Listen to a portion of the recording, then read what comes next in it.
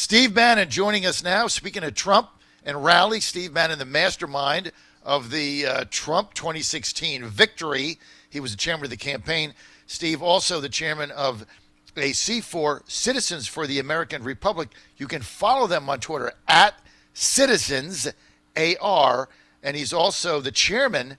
He's chairman of a lot of things. Chairman of the advisory board of WeBuildTheWall.us, and he's with us now. Steve, great to have you, man. Great that you're up in New Hampshire. You know, that's a state we still claim we've won in 2016. This voter, the same-day registration of those kids driving up from Massachusetts, but it looks like they sort that out. New Hampshire is going to be absolutely essential for 2020. So, John, I'm glad you're broadcasting from up there, and I hope somehow the people in New Hampshire get to hear your voice on a more regular basis.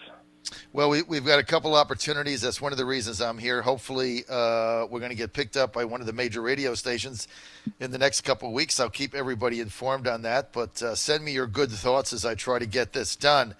Man, Steve, we've only got 10 minutes and a lot to cover. Let's get, first of all, to the president's policy initiative. Let's call it guns. The president asking for red flag laws, also getting rid of the loophole on background checks. Mike DeWine yesterday, Republican, conservative, Ohio, backing that plan. What say Steve Bannon? Well, look, I think this once again shows President Trump's leadership. He's always trying to bring his base, his followers, into meet the other side, halfway. First off, if this had any implications or would have done anything for these horrendous shootings and murders in El Paso and Dayton. And by the way, they never, mainstream media never wants to talk about Dayton, about the Satanist, the anarchist, the Antifa lover that he was. We never hear about this guy's background. But if it would have solved that, you might want to discuss it. But what they're talking about has nothing to do with that. And I think, once again, we've taken our eye off the ball of where the problem lies. The problem lies with these monsters. The individual responsibility, which I think after due process, these are capital crimes, they ought to be executed. In addition, you and I have talked before about the parental responsibility. I don't think the parents' names have been mentioned in either Dayton or El Paso. And I think this is outrageous. I think that's where we ought to be focused. And here, we're kicking up this dust. Once again, the left wants to talk about changes to gun laws. I think Rush Limbaugh had a very powerful show on Friday to address this. I think President Trump, once again, whether it's on the wall, whether it's on immigration, whether it's on guns, he's always trying to do what a leader does and trying to bring his partisans, his group, to meet people halfway. And you don't see that with the Democrats. The Democrats are going to demagogue this. They're immediately going to up the stakes to do more in the gun issue. And I just think it's I don't think this solves the problem. I think it is a problem. It's got to be addressed about why these monsters turn out like they do. And that's where the focus has got to be. And I think we got to start with individual responsibility in the family and parental responsibility. So I'm adamantly opposed to any discussion of this gun issue right now, because I think it just takes people's eyes off the ball. Well, one thing that you said, which is very true, is that we've got congressmen that can dox the name of donors for President Trump in his district, but nobody will tell you the name of the parents of these two monsters, as you said, these two deranged people. This is a serious thing. What Castro and his brother did for a guy running for president, and if your audience hasn't followed this, down in Austin, Texas, he put up the names of all the Trump donors that had given, I think, above $200. It said, hey, you're the problem with racism. You're the problem with white supremacy. You're the problem. I mean, he put those people in jeopardy, particularly with these crazies of Antifa. Look what happens in Portland. Look what happens in this town. And Austin has turned into a very progressive city because of the University of Texas is there. And so it's a very, very progressive city.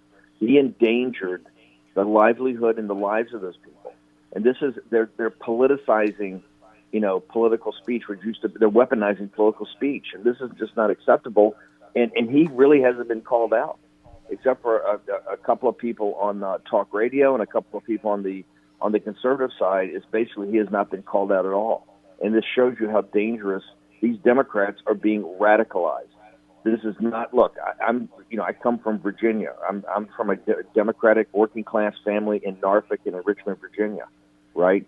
Still the vast majority of my family are Democrats. And they and I got to tell you, that is not the party.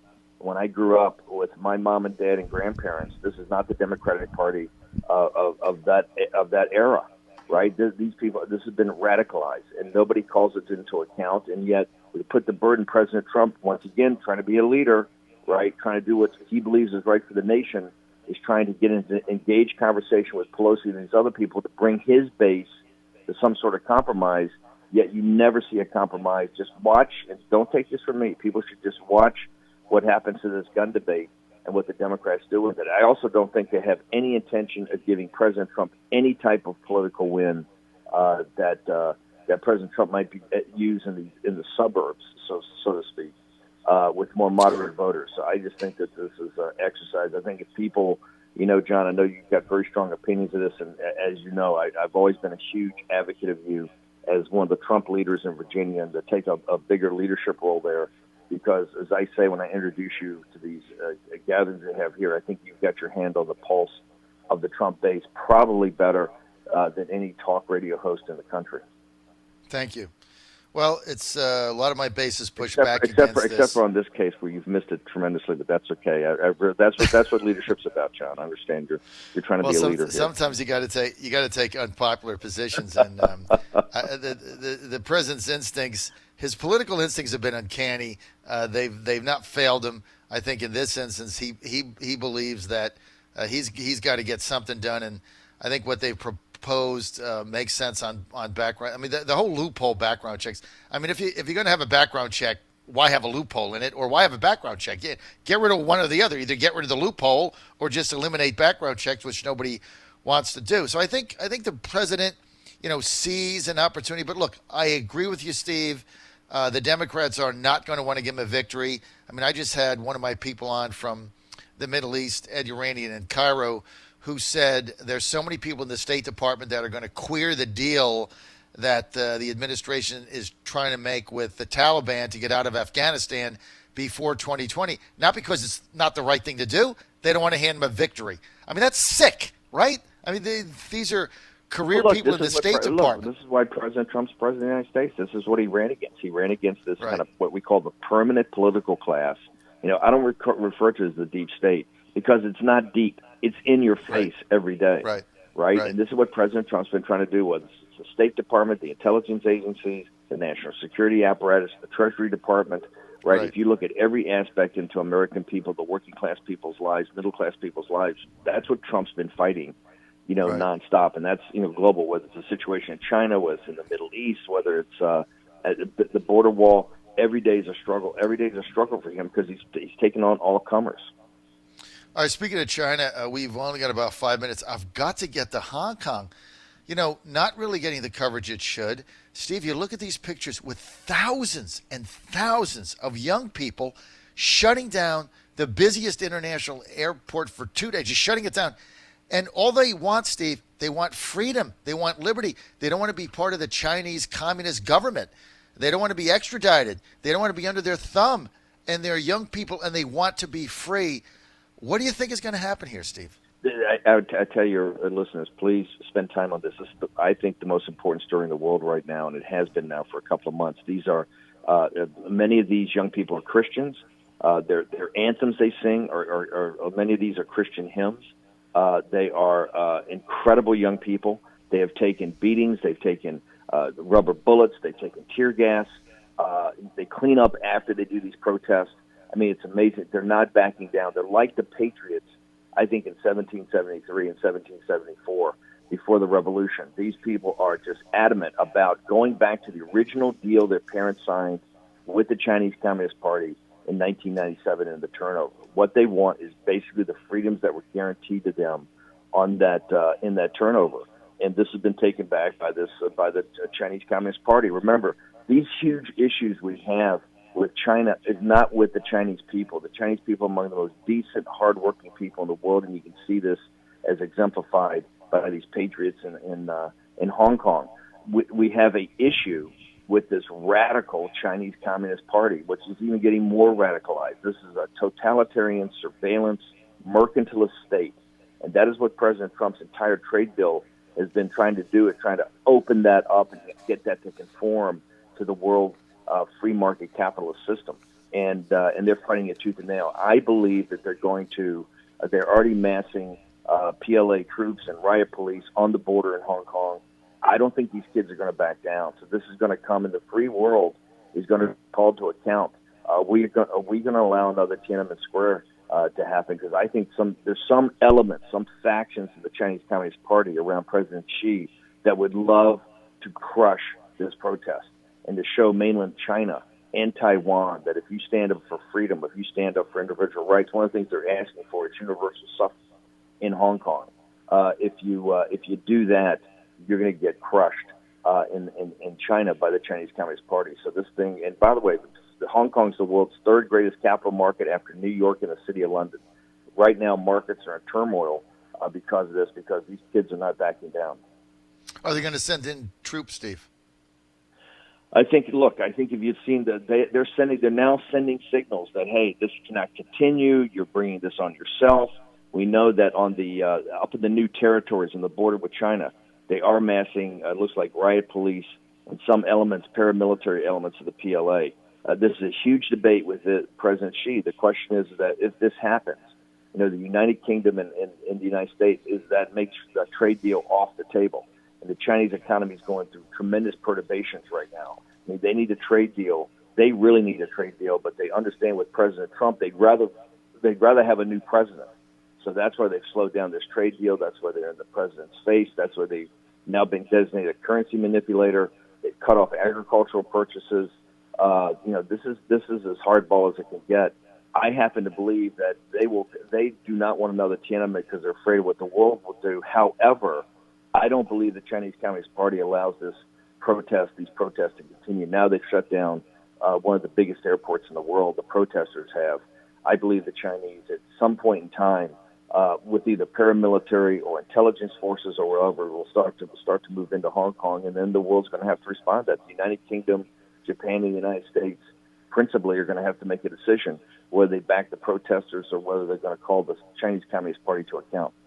I've only got 2 minutes left, Steve Bannon. I'm up here with Corey Lewandowski. Corey, seriously considering a run for U.S. Senate. I believe if he does run, and I think he's very close to making that decision, he'll be with the president tomorrow, coming up here to New Hampshire from D.C. I think if he runs, he wins. Should he run? I think Corey Lewandowski is one of the most talented guys. The president would not, be in. You're very kind to say that I'm the architect. All this. President Trump won this, and as I'm now designated by him on Twitter as his star pupil. I can say that the Corey is hugely talented. I think, and I've been someone that's talked to him a lot about this. I think it'd be terrific if he jumped in there and ran for the Senate. Number one, I think he'd be a tremendous driving force of getting President Trump to take back New Hampshire in 2020, which I think is going to be quite important. This 2020 race is going to be a barn burner. This is going to be incredibly tough, incredibly difficult. I believe the president's going to win if he stays the course on the policies he has. But having people like Corey on the ballot, down ballot, I think could help a lot. And I think Corey's just a tremendous piece of manpower. And I got to tell you, I think he'd be a great voice. It's one thing. If Corey Lewandowski's in the room representing you, you've got a voice in the room. He is absolutely relentless on the people that he works with and the people he represents of fighting for what they should, what their rights are and what they should have. So I couldn't think of a better fighter. And you need a fighter. DC is a place that people need to be represented, and they need people in the room that are fighters for their interest. Well, could you imagine Lewandowski in the U.S. Senate with a second term for the president and what Corey would be able to do in fighting for his agenda and standing up to the establishment, the swamp, the lobbyists, and everything else? Because he doesn't care. He's a true believer, like I am and like you are. And I think it would be a phenomenal opportunity for the president to have somebody that's really got his back. And I know we're out of time. And speaking of backing people, Steve, I'm vying hard for chairman of Virginia for the Trump campaign again in 2020, like 2016. You were one of the people that signed off on me being chairman in 2016. Hope you were not disappointed with that decision, but I'd love to get your backing. Look, John, I think, as I said, I think you've got the pulse of the Trump base. You did a tremendous job in 2016. You could not pick a better a better person than John Frederick. I mean, 16 was a tough year for us in Virginia, and that's because it's just Virginia's become a very tough state for not just Republicans, but for people backing the Trump agenda to win. But if we're going to have a shot to win, you have to have people like you, John, in leadership positions. So I put Virginia in the category of a very tough. It's a push, right? But that's where we need some tough people to do it. So it's you've always got my support and endorsement. You're somebody that understands the Trump agenda, and you understand the people that back the Trump agenda. And I think that's very important. Particularly, we're going to go through. You've seen how nasty this is. John, you came down to join us. I spent about a month down there between Arizona, Texas, New Mexico, looking for additional places to build to help President Trump. And our private group called We Build the Wall, where we really build niches in areas the Army Corps of Engineers has passed on. And as you know, you saw the dangerous niche, the 1 mile we built up the Mount Cristo Rey in Sunland Park, New Mexico, right next to El Paso.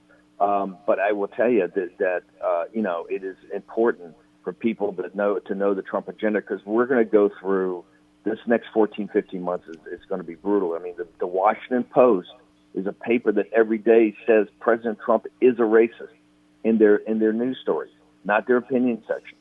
You have people on cable TV every day saying President Trump is a white supremacist, President Trump is a white nationalist.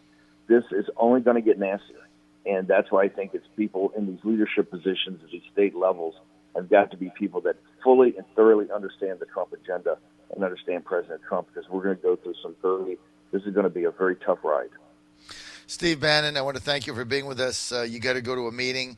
I want to thank Steve Bannon for being with us, the chairman of Citizens for the American Republic. Follow him at Citizens AR. He's also chairman of the advisory board, webuildthewall.us. That's real. I was there. Steve, thanks for being with us.